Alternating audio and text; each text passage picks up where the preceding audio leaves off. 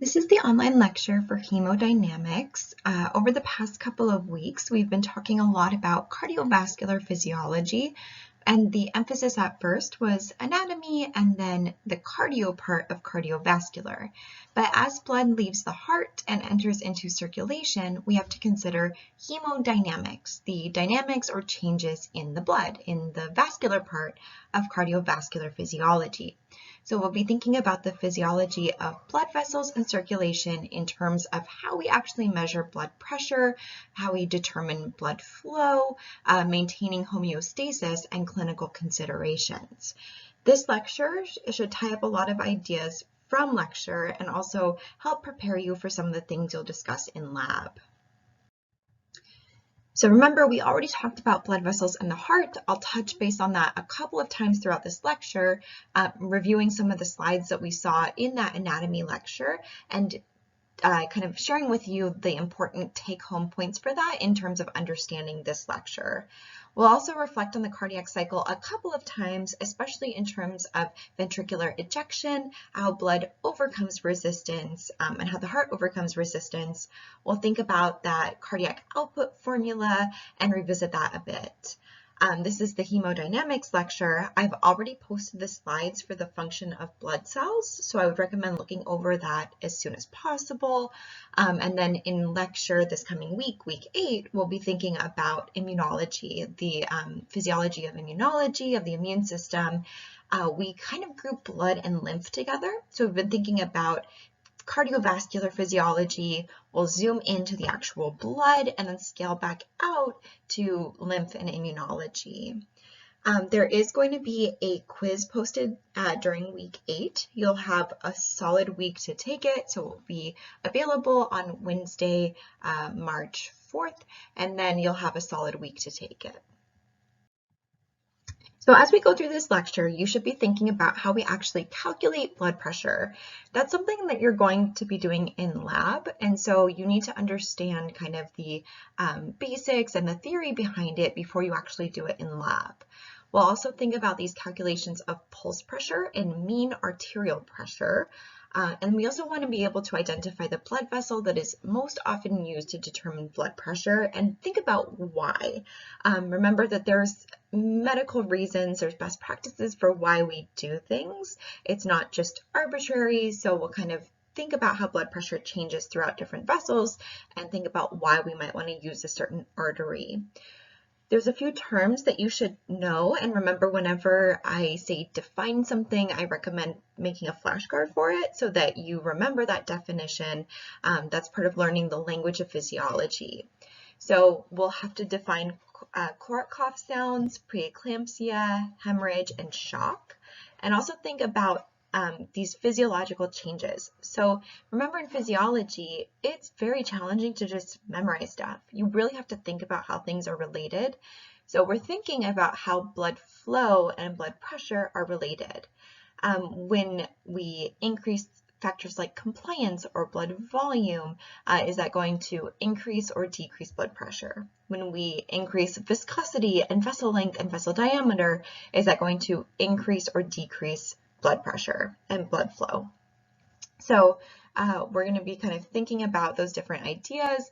And so in order to make those predictions and remember, it's important to understand how they all relate together. We're also going to look at neural, endocrine, and autoregulatory mechanisms of blood flow. So thinking about how they maintain homeostasis and also touch on some clinical considerations. So I'll walk through those individually and provide a few case studies. We also want to think about ACE inhibitors. Those are a very important class of drug, and we're going to be talking about them in the context of hemodynamics. We'll talk about them quite a lot more at the end of the semester when we talk about the excretory system, about the urinary system, and homeostasis. So you should know how they affect blood pressure, that whether they're going to increase or decrease blood pressure, and also what system they're affecting. So this is not going to be a written question, but you will have a multiple choice question about this on the next exam. And then you should also think about chemical regulation of flow through arterioles and capillaries. So first, starting with clinical considerations of the cardiac cycle, just in terms of how we might do measurements. And again, I know a lot of you are LVNs or CNAs and that you're already doing a lot of this lab work. So we're going to think about the theory behind blood pressure and then also prepare for practicing it in lab, especially for people who haven't taken a blood pressure reading before. So remember, as we talked about electrocardiograms and the cardiac cycle, we talked about systole and diastole, this idea of contraction and relaxation. Systole is that period of contraction when the heart is pumping blood into circulation, so that squeezing after a depolarization event, after a signal has been sent. Then we have relaxation. That chamber is going to open up, it's going to increase in volume, it's going to fill with blood. So diastole, that diastolic area, is that period of relaxation when the chambers are filling with blood.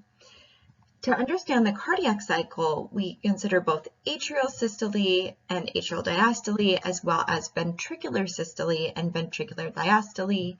There's a coordination of movements, but they occur kind of separately from one another. So when we're thinking about measuring blood pressure, what we're really measuring is something called hydrostatic pressure. So that idea of hydrostatic pressure right here is so important. It's going to be very crucial for this lecture, and it's also going to be crucial as we get into homeostasis and the urinary system. Hydrostatic pressure is pressure of a liquid, specifically in this case blood, exerting on vessel walls. So it's basically from the inside out, kind of filtering out or leaking out. There's also osmotic pressure, which is drawing blood into the vessels. So those are opposing forces. And a key idea of filtration, circulation, edema, the urinary system, kidneys, all of that comes down to these differences in hydrostatic pressure and osmotic pressure. So osmotic pressure draws things into the vessels, hydrostatic pressure pushes things out of the vessels, and blood pressure is a hydrostatic pressure.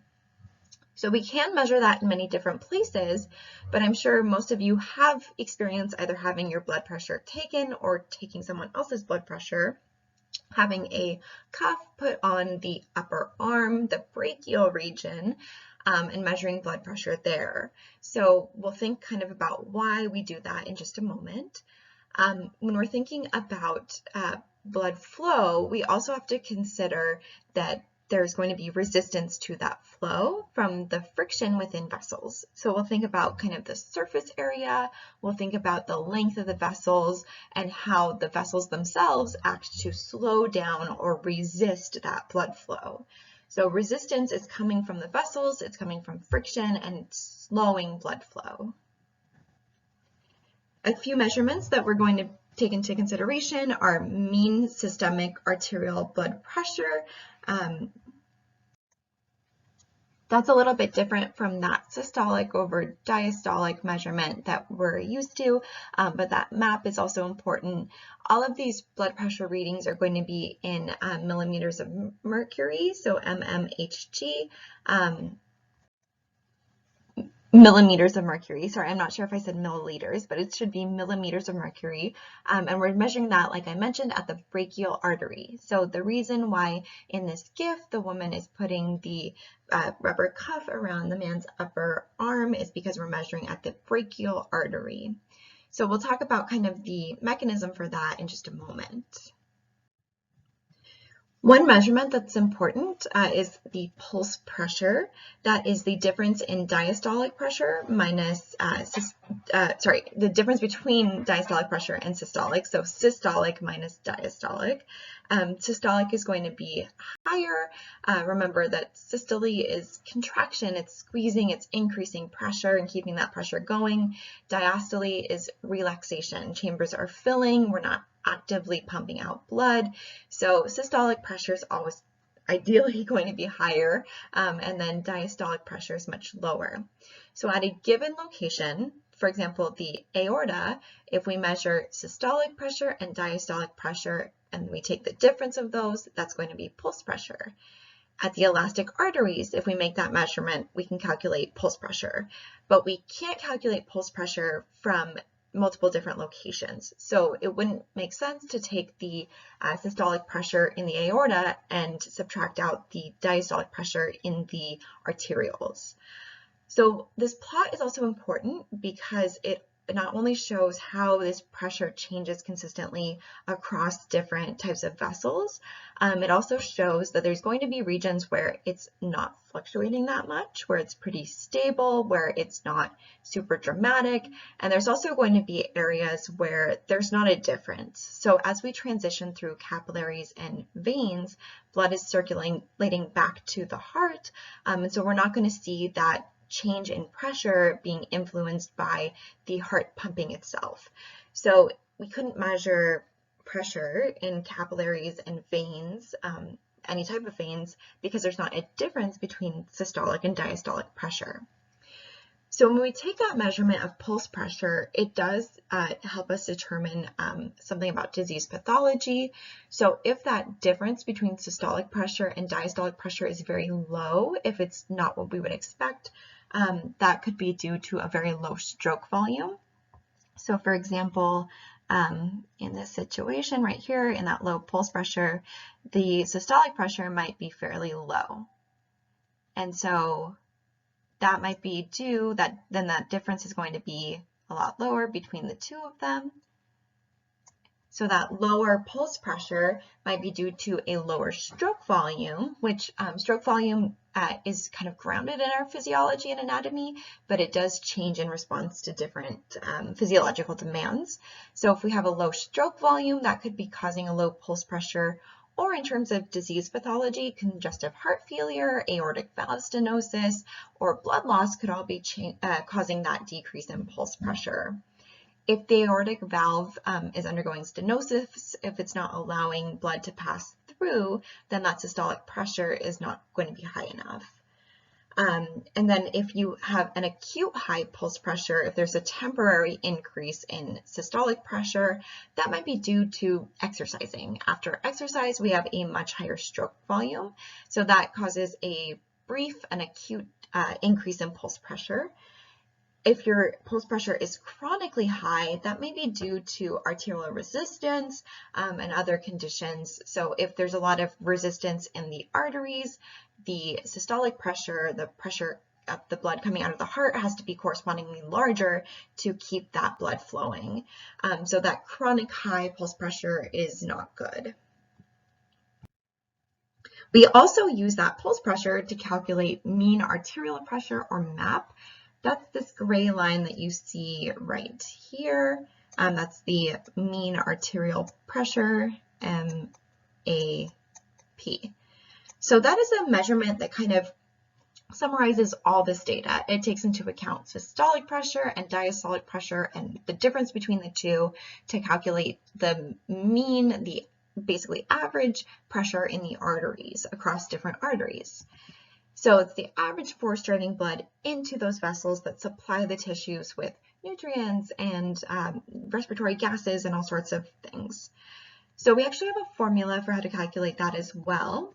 This formula is taking the diastolic pressure and adding that to the pulse pressure divided by 3. So that's the formula for mean arterial pressure. That is going to be in your lab packet as well for this coming week. So please make sure you practice calculating that and know kind of what that is. We also calculate MAP because we kind of know the normal kind of ranges for them. It's easier to have this one cohesive number and compare it to a baseline than trying to deal with systolic pressure and diastolic pressure separately. So a normal range of mean arterial pressure is 70 to 110 millimeters of mercury.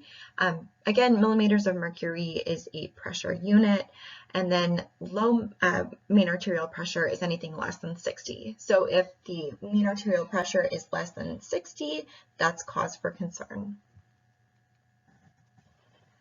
That can be due to ischemia, so if you don't have enough blood flow, or hypoxia, which is caused by inadequate oxygenation.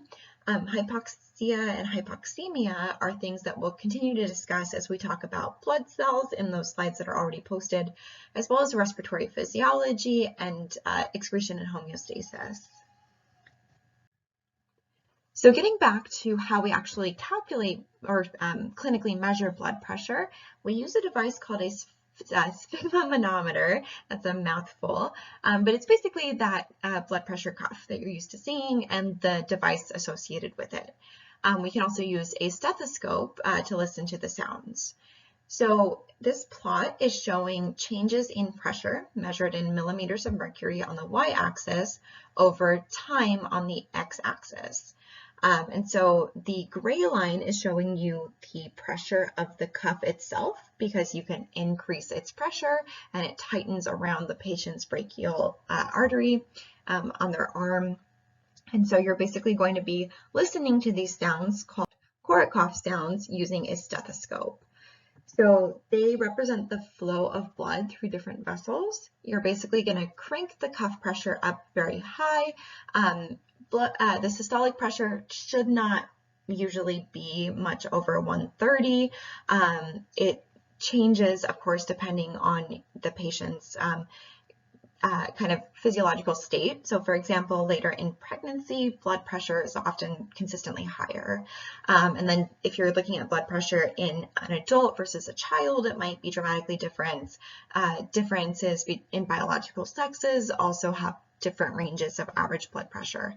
But ideally, you crank that cuff pressure up to 130 or 140 to get way past the top range of systolic blood pressure, and then you let it slowly release that pressure. So the first sound that you hear represents the highest amount of pressure, that's systolic blood pressure. So if you hear that sound, that's that first Korsakoff sound, that represents systolic blood pressure. So you continue to release air and you hear those sounds for systole and diastole.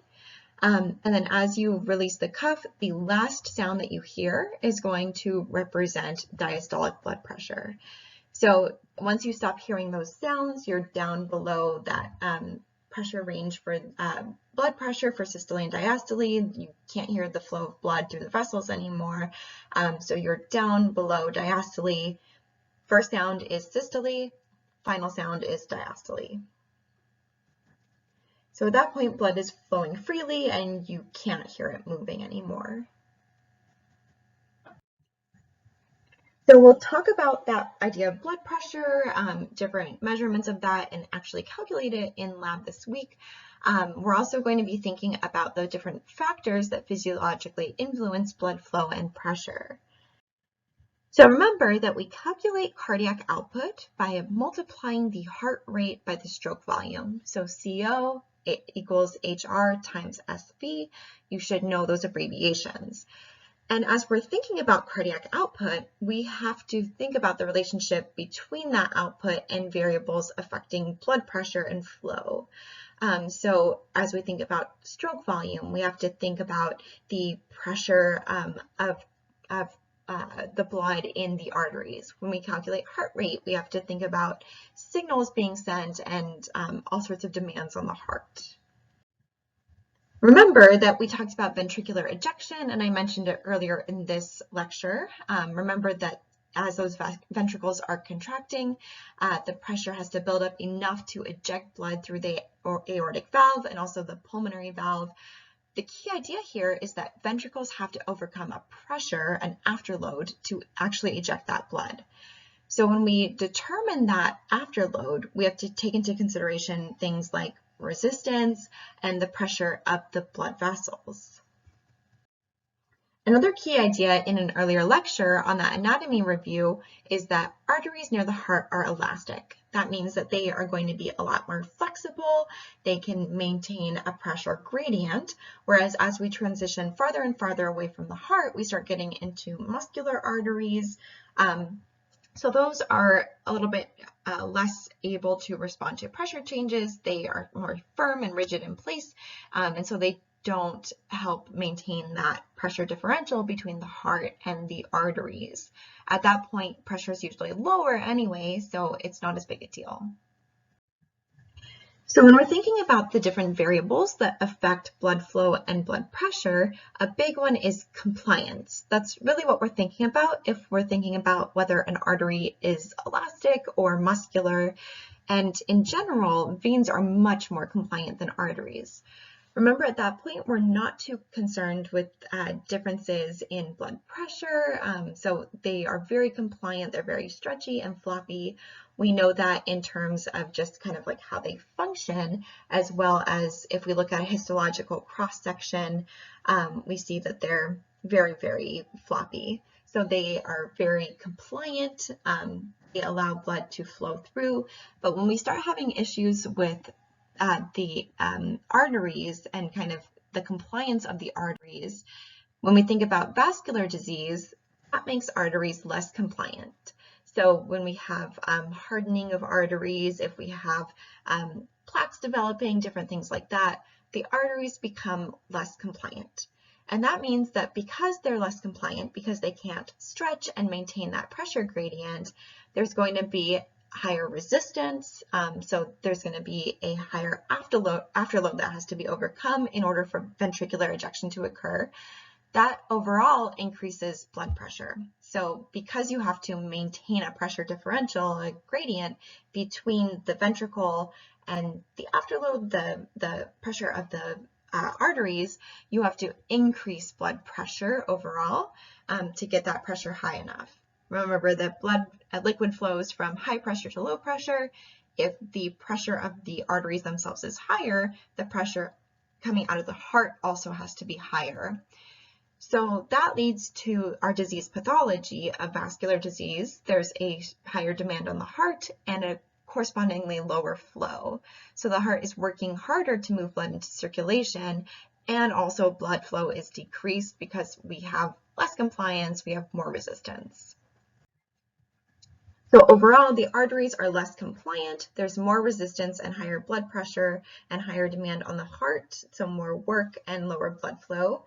We see this with atherosclerosis, where we have plaques forming that forms fatty calcified deposits in an artery. We see this in this diagram on the left, and then the histological slide on the right. We see those plaque buildups. And so we have a lot more resistance, we have a lot less compliance, and that leads to our disease pathology. Other factors that affect blood flow and blood pressure include the volume of the blood itself and also how sticky it is. Is it very liquidy? Is it very thick? The viscosity. So when we're thinking about volume, pressure, and flow are all directly proportional. If one of them increases, the others also increase. So as you increase volume, you're also going to be increasing pressure and increasing flow. If there's higher volume, there's going to be higher pressure and also more blood actively flowing because there's more blood. So when we're thinking about disease pathologies associated with abnormal volumes in blood, hypovolemia is low volume of blood. So hypo is low, volemia is referring to the volume of blood. Hypervolemia is an abnormally high volume of blood. So as you move through pregnancy, for example, you start producing more blood to supply the fetus, so you get into a hypervolemic state, which is appropriate for your change in physiology. In terms of viscosity of blood, that's again the stickiness, so it's an increased thickness of fluids, kind of like the difference between water and syrup. Syrup is more viscous than water. So when we have that increase in the thickness of fluids, that also increases resistance and decreases flow. Again, think about pouring syrup through your vasculature. It would be much higher resistance, a lot more friction, not able to move through as easily, and not flowing as effectively. So we often think about the relative amounts of formed elements. Remember that by formed elements, we mean different erythrocytes, leukocytes, and thrombocytes, kind of like the cellular or cell-related components of blood, and also plasma proteins. but also we're really thinking about changes in the amount of the fluid matrix. So if you are dehydrated, severely dehydrated, you're going to have less of that fluid matrix and a higher blood viscosity. So those formed elements seem higher in proportion because you have less fluid. So to think about how we actually measure that blood viscosity in lab in a couple of weeks, you're going to be looking at measurements taken using a test called a hematocrit. You should know that term hematocrit. That is a test that determines, or it's a measurement of the percent volume of red blood cells out of the total volume of blood. So when we're looking at these different measurements, normally the normal blood hematocrit is anywhere from 37% to 52%. It just depends on your biological sex and the physiology of that. So in general, you have a baseline range for what your hematocrit should be. If you're anemic, that means that you have a much lower hematocrit percentage, so you have less proportional of those red blood cells, and then polycythemia is an elevated hematocrit percentage. So that's when your blood is too sticky, it's too high. Polycythemia is associated with a lot of different disease states, dehydration, different things like that. So you should know those terms, anemia and polycythemia, in terms of the hematocrit percentage. Other factors that affect blood flow and blood pressure include the vessel length and the vessel diameter. If you think about, like for example, running a race, if there's more room that you have to kind of travel, if there's an increased length, the resistance is going to increase over time. It's going to be harder and harder to get through. When you start out, it's super easy, but then as you continue to run down this marathon, there's increased resistance. It gets harder and harder. There's more ground kind of working against you. So that idea of increased length, there's also a higher surface area to volume ratio. So there's more vessel that the blood is actually going to encounter and increased opportunities for resistance and friction. That overall leads to a decreased flow. If you think about an increase in diameter, like for example, if you're running a marathon and everyone's starting out on the same street, there's a lot of kind of packing together, which means that you're slowing the flow. But if you are running across an open field and you have plenty of space, there's a much lower surface area to volume ratio. You're not kind of constrained within that vessel. There's a lot more flow. So for example, the aorta coming out of the heart has a huge diameter, the biggest diameter of any vessel in our body, which means that there's a very low surface area to volume ratio. There's not as much resistance kind of trapping that blood and increasing friction, which means that we have an increase in flow. So increasing the length of the vessel decreases the flow. Increasing the diameter of the vessel increases the flow. Those are inversely proportional. Okay, so I wanted to briefly discuss some of the ways in which this process is regulated, how we maintain homeostasis of blood flow. So as we're going through these, we're going to talk about neural first, then endocrine, then autoregulatory. For neural, there's going to be a little starburst in the top left that's kind of a reddish-orange color. We'll review it on a few different slides. When we're talking about endocrine regulation of homeostasis, of hemostasis, of kind of blood movement, that's going to be with that little golden burst, and then autoregulatory is with a green burst. So when we're talking about neural, this is referring to these things called cardiovascular centers in the brain. In general, it's part of the limbic system and the autonomic nervous system. When we're thinking about endocrine regulation, these are catecholamines and kidney hormones. We'll talk briefly about those catecholamines and then in a little bit more detail about the RAS, the renin-angiotensin-aldosterone system. That can be long-term or it can be short-term. And then we'll briefly touch base on autoregulatory mechanisms, local regions of tissue adjusting blood flow, and the idea of chemical signals and myogenic control. So starting with neural and the cardiovascular centers, those are a cluster of neurons in the medulla oblongata, so part of the limbic system. The cardio accelerator, as the name suggests, increases cardiovascular activity. It accelerates the cardio part. So that's going to be regulating heart rate, maybe increasing it, and then also increasing stroke volume. So that is part of the sympathetic nervous system response. So within autonomic, we have sympathetic and parasympathetic. Sympathetic is like that fight or flight, so you're increasing your heart rate. If someone cuts you off in traffic, you have that sympathetic nervous system response. You panic, you have your increase in heart rate. So that's cued by that cardio accelerator, cardiovascular center. Cardio inhibitor inhibits the activity of the cardiovascular system. So that's decreasing heart rate, it's decreasing stroke volume. That's the parasympathetic nervous system cued by the vagus nerve. So that's also called rest and digest. If you have just eaten a huge meal, you're just sitting around hanging out with your family, chilling, the cardio inhibitor is actively firing. That's decreasing your heart rate, slowing things down, resting and digesting. Then there's the vasomotor vascular center. That's responsible for regulating cardiac output. It changes some of those blood vessel components like vessel tone, contraction of smooth muscle, and it's related to the sympathetic nervous system.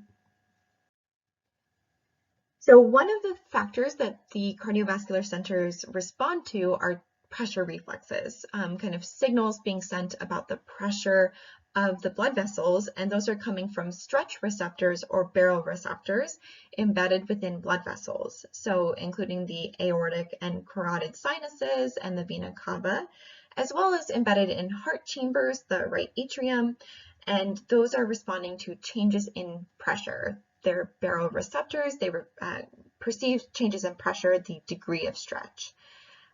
So when we talk about these firing, we mean that they are initiating action potentials that sends those cardiovascular centers a signal about the amount of blood, the blood pressure in those different locations.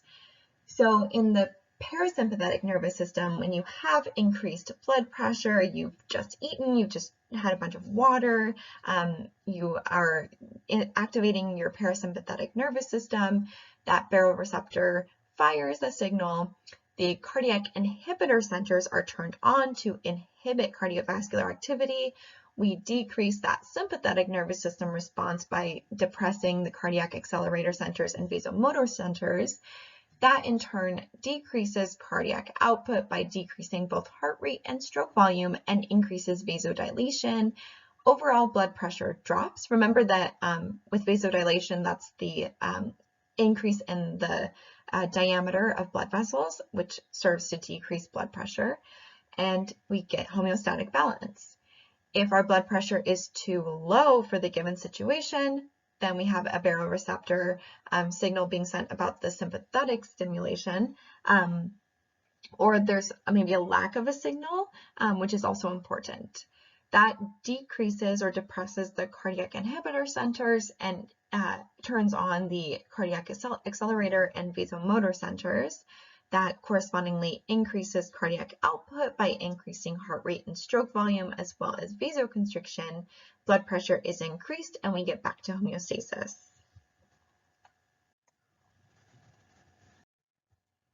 The cardiovascular centers also respond to chemical reflexes, which are responsible for monitoring levels of oxygen, carbon dioxide, and hydrogen ions.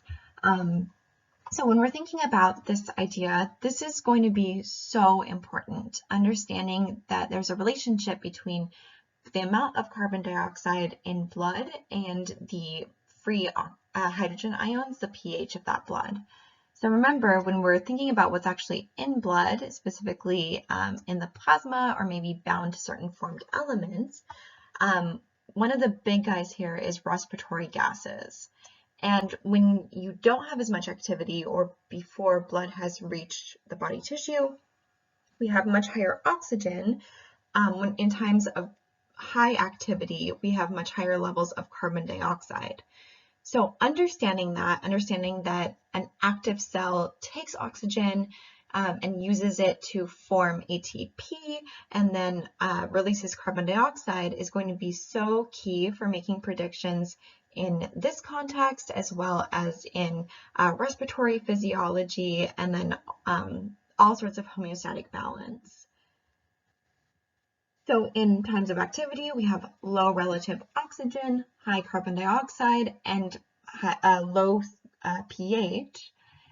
At rest, we have high oxygen, low carbon dioxide, and high pH.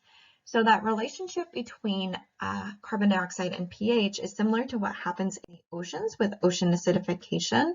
That's the flip side to climate change or anthropogenic climate change. When you have a ton of carbon dioxide going into the atmosphere, a good portion of it sinks into the oceans. That kind of dissociates and mixes with water to form carbonic acid, and then that changes ocean chemistry. It deforms shells. It has whole food web implications.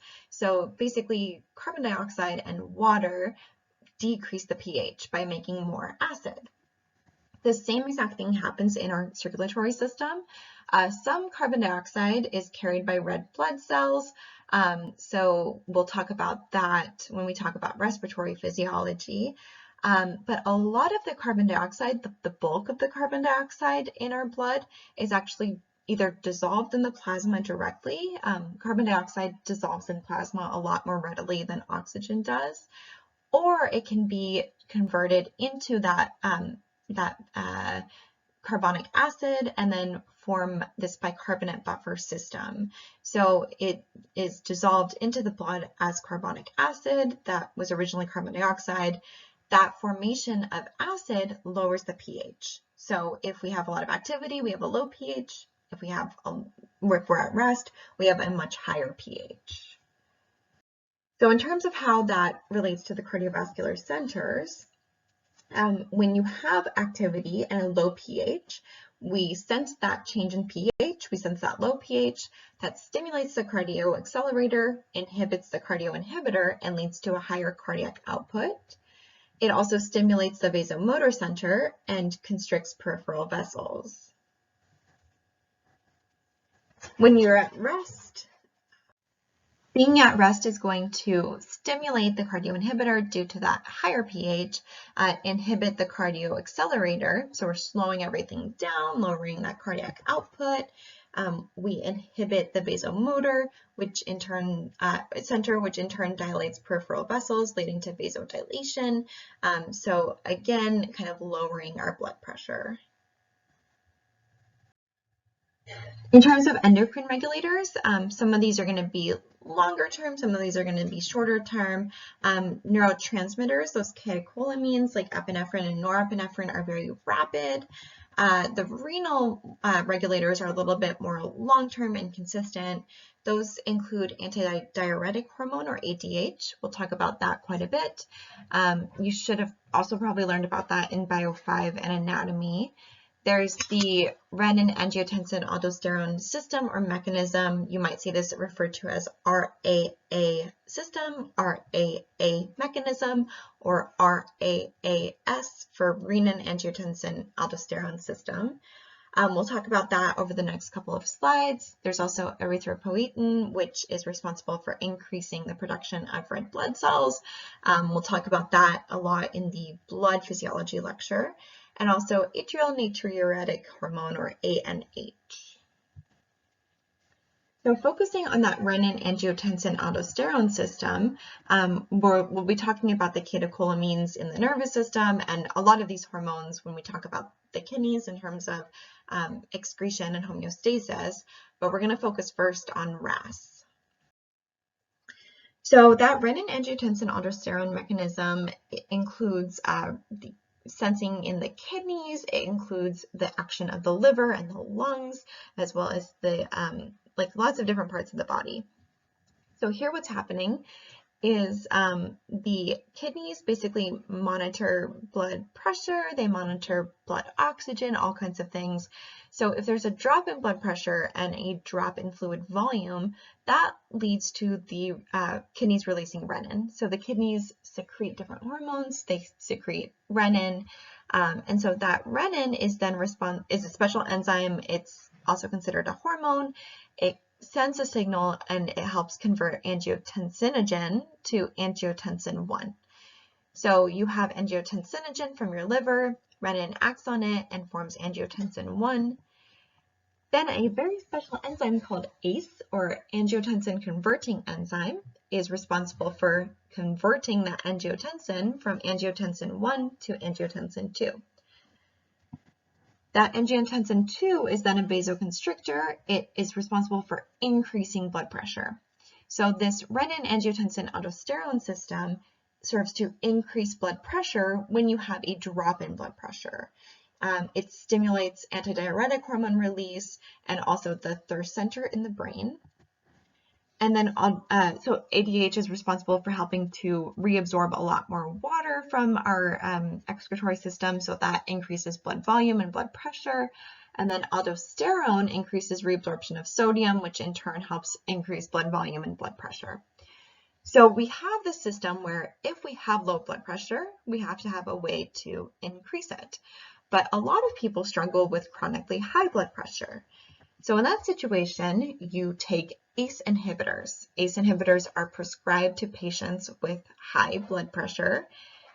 If ACE is very important for increasing blood pressure when you have low blood pressure, but you consistently have high blood pressure, an ACE inhibitor would serve to stop the function of angiotensin converting enzyme, meaning angiotensin 1 is never converted to angiotensin 2, and you don't have the system in place to increase blood pressure.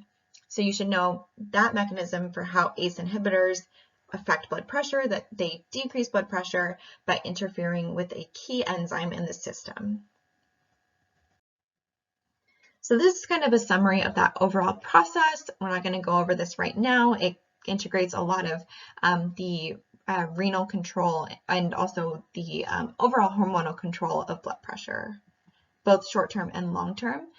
So in the top, that's going to be the nervous system. In the bottom, that's going to be the renal control. So finally, getting into autoregulation, these are different chemicals, or they include chemical signals. So for example, one form of autoregulation includes nitrous oxide, or NO. That nitrous oxide is released when we have decreased oxygen, increased carbon dioxide, increased lactic acid, low pH, inflammatory chemicals, or high body temperature. So all kinds of factors that are associated with kind of activity or with not having enough oxygen.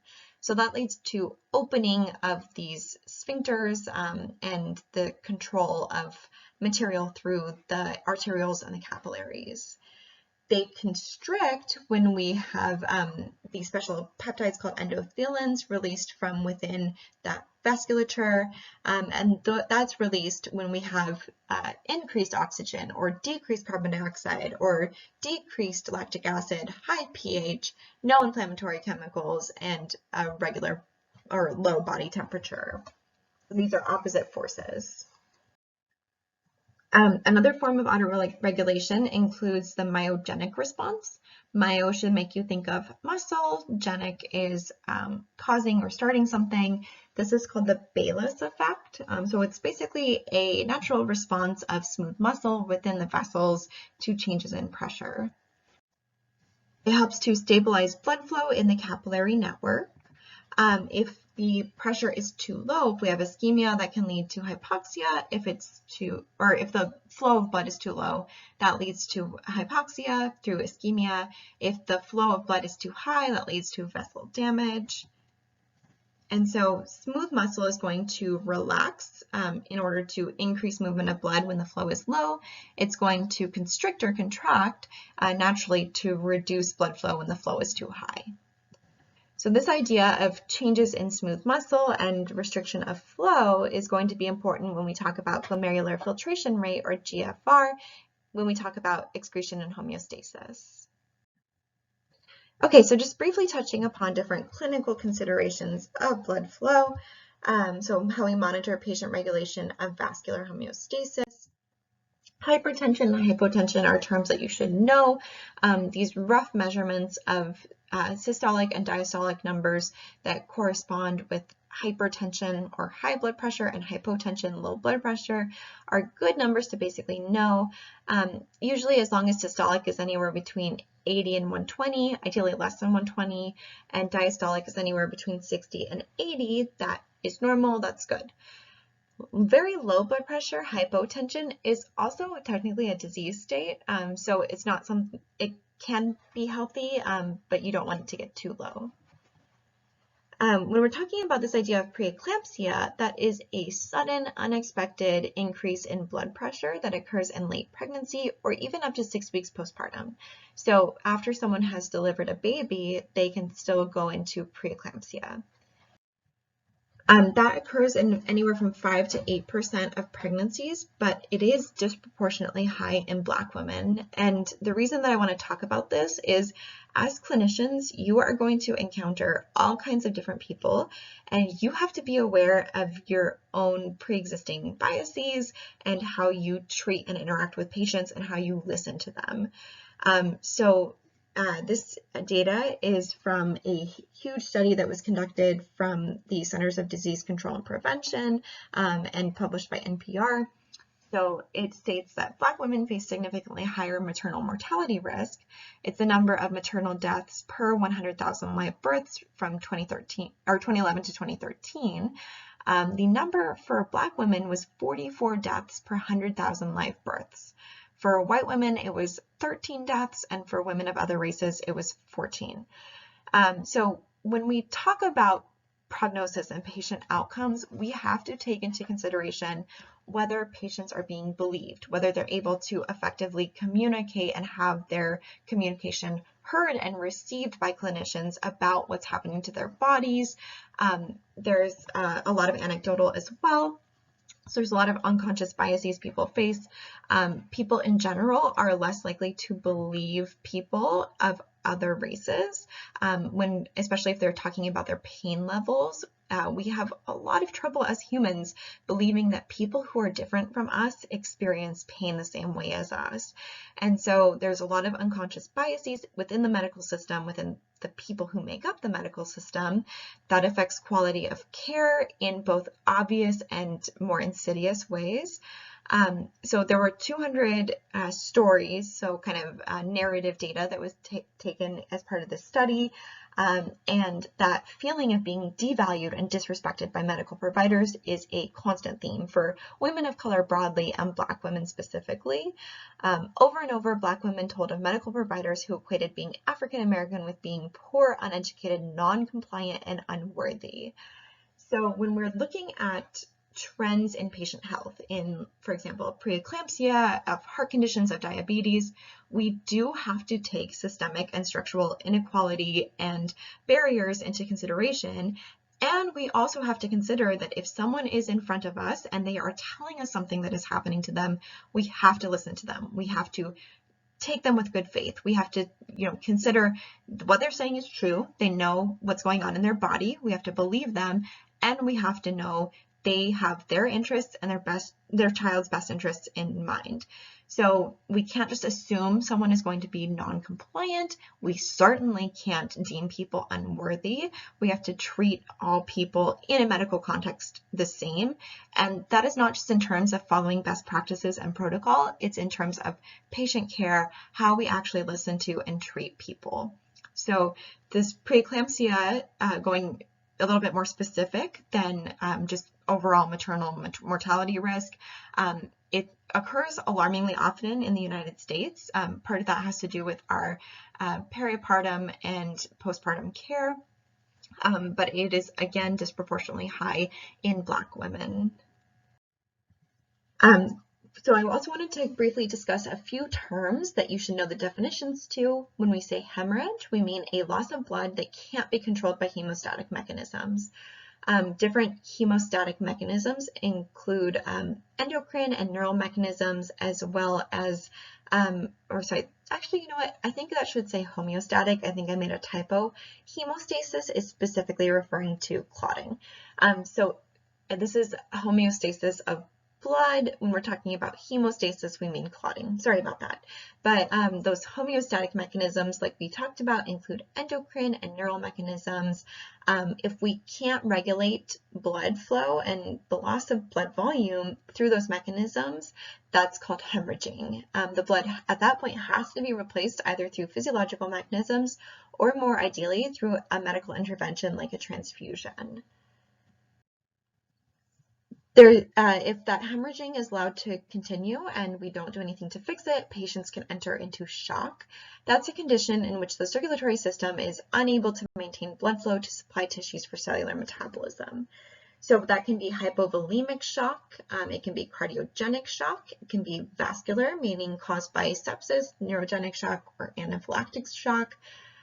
For all of these, you can have sepsis and not necessarily go into septic shock. Septic shock is a subset of sepsis, which is much more deadly. You can go into anaphylaxis and not necessarily go into anaphylactic shock. And there's also obstructive shock. So you should know those definitions and kind of consider the clinical implications. Okay, so remember to please make sure you look over the online lecture slides for blood types. They are already posted. Review this lecture and the in-person lecture this coming week to prepare for Labs 7 and 8, and there's going to be a quiz posted on Wednesday, March 4th.